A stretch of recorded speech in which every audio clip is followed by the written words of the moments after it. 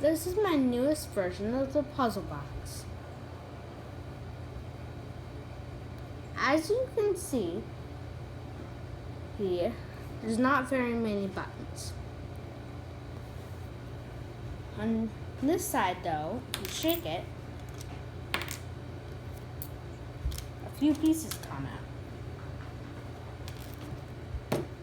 You take one of the largest pieces and poke out another piece, which has a rod, which we'll use later.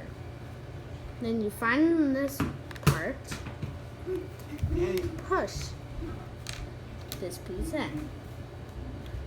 Then you can take out an even longer rod and put it aside. Then you take one of these poles. You can't push it in here, but if you rotate the holes, you can push it in here, and the little box comes out. And this time, the prize is different from an M&M.